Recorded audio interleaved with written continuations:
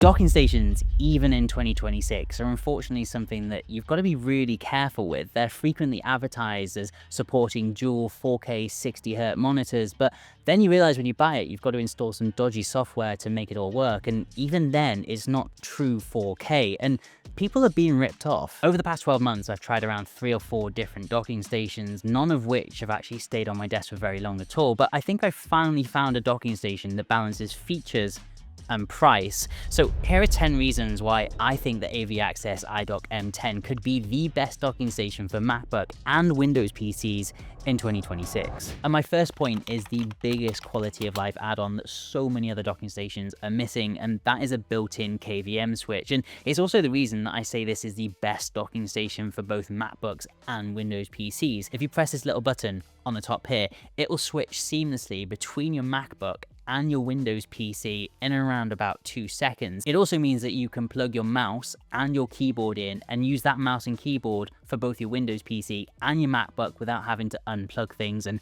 mess around with cables. And I'm honestly ashamed to say that this was the state of my desk before I got this docking station. For me, it solved a very real problem. The other juicy bonus with this is it also comes with a wired remote switch in the box as well, so you don't need to reach over to the dock itself if you like to have it hidden away. You can kind of just leave the remote on your desk and tap it whenever you want to switch between the two. It's just one of those small things that make a bigger difference than you think when you're switching between computers around 10 times a day. And for me, it's actually brought back my Windows PC into Surface because now I don't have to unplug and replug things in. I can just hit a button and make use of it. And this brings me really nicely onto point number 2. The number 1 complaint on any Mac forums about KVM switches by a mile is the fact that macOS just refuses to wake up after you've made the switch. More often than not with other KVM switches, you'll just be staring at 2 blank screens. You'll have to faff around, unplugging things, plugging things back in, lifting your lid up and down. It is just a pain. And the reason this happens is because when you switch the KVM away from your Mac,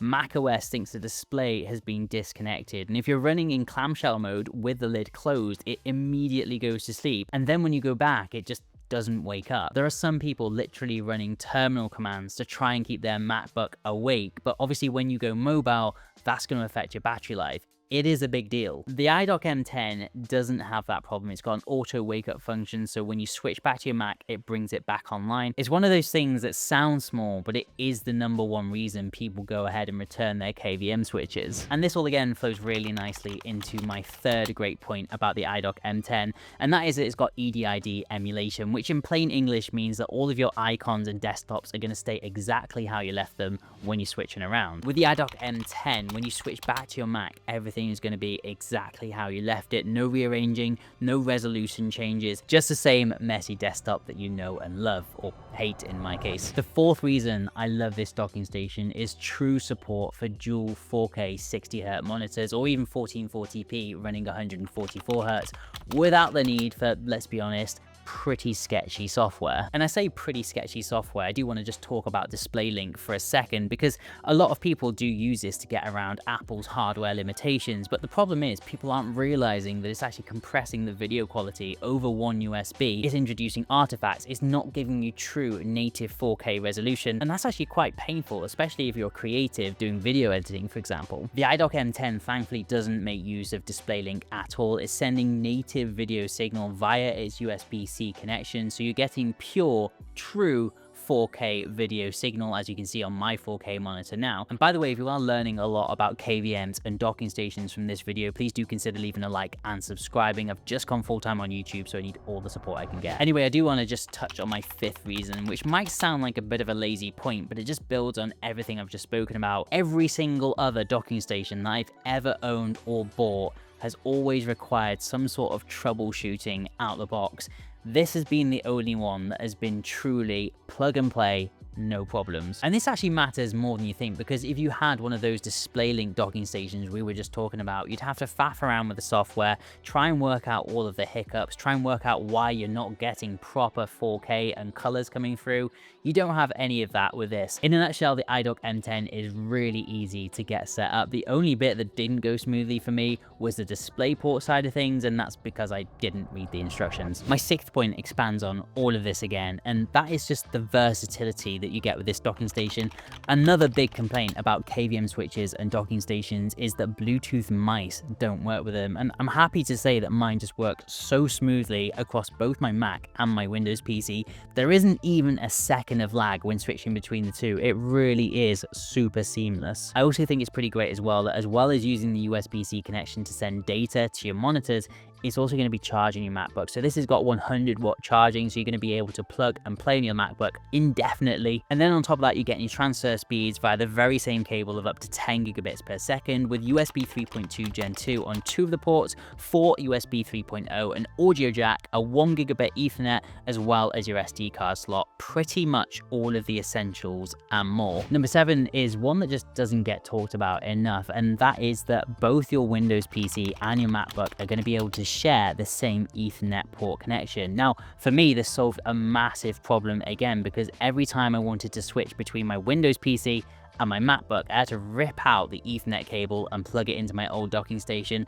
It really was a massive pain, and this has just taken all the stress away from that. So it's a really easy quality of life feature that I think should be on every docking station and KVM switch. Number 8 was actually quite surprising, because I thought that I was just getting a docking station here, and actually I was getting a docking station and pretty much all of the cables that I needed to get set up. You will need a few extra cables if you're going to be using the second display, but they do generously include the HDMIs and crucially the dual USB-C cable for the MacBook as well, which is actually the key to getting the dual displays working without DisplayLink. And whilst I'm showing you what's in the box, number 9 is actually the design. It's got quite a small form factor. For me, it slides right under my desk shelf. It's got quite an aggressive masculine design, I guess, which I actually kind of like. And heat-wise, it's definitely the coolest running docking station I've tried as of yet, and that is likely due to the choice of materials used.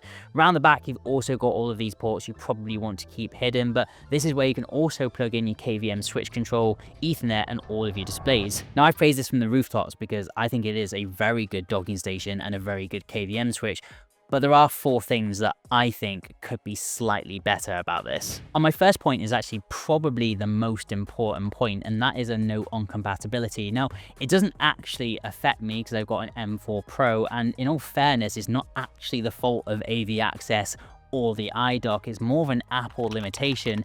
If you've got an M1 or even an M2 chip, you're not actually going to be able to get the dual extended displays with this docking station. It's just not going to work. You'd have to go out and use some of that software we were talking about earlier. You will, however, still be able to get a single display out of this docking station, so it might still be worth it for some of you if you are getting this docking station specifically to work with a Windows PC as well. You might be able to make do with just a single monitor display for your MacBook, and that'll be absolutely fine, but definitely worth bearing in mind before you buy this docking station. Now, the second thing that bugs me about this docking station might seem a little bit nitpicky, but it's actually the length of the included cables, in particular the dual USB-C to C cable that comes included. Now, because I keep my MacBook Pro on the left side of my monitors, it means I've actually got to spin around the MacBook and actually keep it pretty close to my monitors, so I can't actually turn around and face my MacBook towards me anymore. It's not a big deal because most of the time I do have my laptop lid closed anyway, but definitely something worth noting. Number 3 is the kind of bare minimum we're getting in terms of ports. Now, for a lot of people, the bare minimum